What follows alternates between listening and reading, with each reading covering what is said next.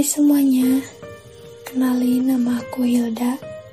Kali ini aku mau bercerita tentang pengalaman hororku, tepatnya 5 tahun yang lalu, waktu aku masih SMA. Aku berasal dari salah satu daerah di Jawa Barat, yaitu di Ciamis. Aku bersekolah di salah satu sekolah negeri di Ciamis. Ibuku bilang, dari sejak kecil, aku sudah memiliki satu keistimewaan, yaitu memiliki indera keenam, yang konon katanya aku bisa melihat makhluk halus. Aku sekarang kuliah di salah satu universitas di Bandung. Aku mahasiswi semester 4, tapi aku gak akan bahas cerita kuliah. Ini perkenalan aja ya teman-teman. Aku sejak kelas 1 SMA sudah menjadi anak rantau atau menjadi anak kos. Pastinya kalian tahu dong, aku pisah dari orang tua alias ngekos. Ya meskipun masih satu daerah, tapi jarak rumahku ke sekolah lumayan jauh karena rumahku ya berada di perkampungan, bukan di tengah-tengah kota ya. Kebetulan aku SMA satu tempat dengan sepupuku yang dia ngekos juga di tempat itu. Dari sebelum aku masuk sekolah, aku udah booking kamar, tapi karena ibu kosnya sudah tua, jadi dia lupa kalau aku sudah memesan kamar paling ujung. Tapi pas hari itu aku mau pindahan, ternyata kamarku yang aku pesan itu sudah ada yang menempati. Jadi sementara ini aku masih satu kamar dengan sepupuku. Sedikit gambaran tentang kosan aku ini. Rumah kosku ini ternyata bekas rumah tua. Aku kan baru di sini, jadi nggak tahu apa-apa tentang kos-kosan tersebut. Ya, nggak terlalu tahu sih.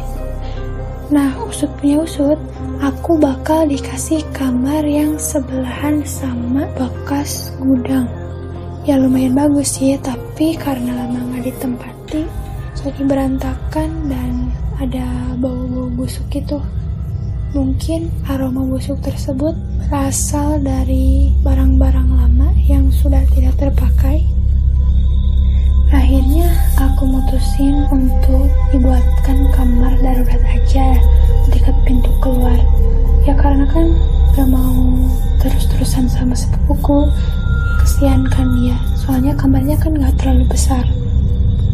Jadilah kamar dengan dinding triplek yang kecil, tapi aku cukup nyaman. Ya nyaman gak nyaman sih, tapi dinyaman-nyamain aja. Nah, untuk di kosan ini, aku ngerasa baik-baik aja. Tapi aku aneh, seluruh penghuni kos-kosan aku pada takut. Apalagi kalau mau pipis ke kamar mandi. Kebetulan kamar mandinya itu terletak di belakang gudang. Padahal kan masih sore, tapi mereka pada ketakutan semua. Gak jarang dari mereka ngetok kamar aku buat minta kawani ke belakang. Nah, jadi di depan kamar aku itu kebetulan ada kamar lagi. Itu adalah kamarnya Sinta. Dia ini ikut silat gitu, jadi sering sharing sama aku kalau dia sering diganggu sama makhluk-makhluk kayak gitu deh. Terus katanya tuh pernah sebelum pindah ke kamar yang di depan aku, dia kan kamarnya di samping aku tuh. Nah, di depan kamarnya itu ada kamar mandi lama. Ya, dia sering lihat dan dengar kayak ada orang di kamar mandi itu. Padahal dia tuh orangnya taat ibadah loh. Tapi aku sih terlalu nganggepin ya. Iya-iyain aja. Kebetulan malam itu aku teleponan sama pacarku. Entah kenapa nggak biasanya aku tidur secepat itu. Biasanya aku ngobrol sama dia sampai jam 12 malam loh. Tapi malam itu sekitar jam 9 aku udah tidur. Tepat pukul 1 pagi aku kebangun. Terus ngeliat ke atas plafon kamarku. Di antara sadar atau nggak sadar, samar-samar aku lihat ada yang terbang gitu. kayak kayak kepala doang gitu, tapi nggak kelihatan badannya. Walaupun ada rasa takut dan merinding juga, tapi aku langsung tidur lagi, tarik selimut seolah-olah aman-aman aja. Keesokan harinya aku bilang sama Sinta dan Tika soal cerita semalam. Sontak mereka kaget dan langsung dong geger yang ada di kosan dan bilang aku nggak usah bercanda, padahal demi Allah banget nggak salah lihat.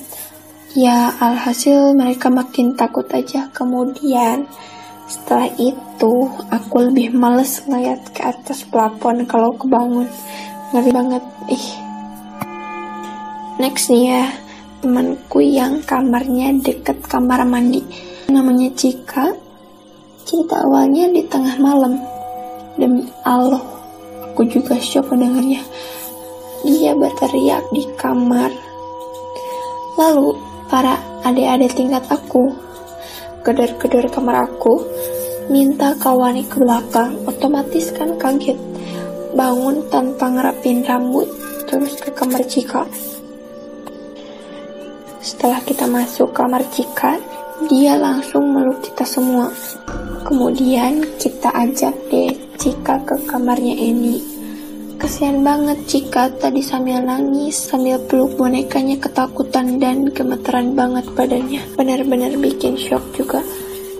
Terus saat dia mulai tenang, dia cerita nih, kalau di atas bantal tepat di atas kepalanya ada ular putih. Terus katanya pas dia teriak, ularnya hilang gitu aja. Semua yang berkumpul di sana langsung pada nyebut kayak stiker gitu ya. Dan sialnya lagi, kita lupa nutup pintu kamar si Eni. Otomatis aku berdiri dan langsung nutup pintu dong. Serem banget demi Allah. Tengah malam jam 1 lebih. Mana penghuninya cewek semua. Pagi harinya kita sekolah kayak biasa. Dia masih takut dan kondisinya demam panas, jadi dia nggak sekolah. Pada siang harinya aku beraniin diri cerita ke ibu kos tentang ini. Tapi tanggapannya apa? Ibu kos bilang si Cika itu mengada-ngada, mungkin kurang ibadah kali atau sering dia berurusan sama dukun. Alhasil kita cuma bisa nyabarin si Cika doang. Terus kita jalani hari kayak biasanya. Ya kita ngarep juga nggak ada lagi kejadian aneh-aneh. Entah malam apa itu, kembali kejadian.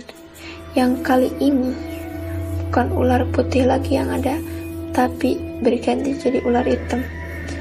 Hampir aja dia kena gigit. Ular itu katanya keluar dari celah yang sangat kecil banget. Bahkan kecoa aja nggak bisa masuk. Masya Allah. Kami cuma nyaranin si Cika buat pulang kampung biar bisa dibantu sama orang tuanya. Kasian kan kesiksa batin. Alhasil setelah lama dia di kampung, dia balik lagi nih ke kos. Kita tanya, nah katanya dia berobat sama orang pintar gitu. Tapi kita juga nggak mau seujon kan. Tapi tetap was-was dan si Cika ini tidur sementara waktu di kamar Eni. Sampai akhirnya aku tamat dan lanjut kuliah. Pas kuliah, aku ketemu sama adik satu kosan dulu ya waktu SMA. Sebut aja namanya Kiki. Dia cerita kalau si ibu kosnya itu melihara apaan, pokoknya nggak tahu. Takut banget. Aku juga ngerasa kok banyak makhluk astral di sana. Tapi aku kayak berteman aja sama mereka selagi nggak ganggu dan jangan lupa ibadah. Terakhir aku di sana pas aku ambil ijazah, ibu kosku nyuruh mampir, tapi aku malas banget. Kejadian-kejadian di sana membuat aku malas untuk menginjakan kakiku di tempat seperti itu lagi. Sekian cerita horor yang pernah aku alami. Terima kasih.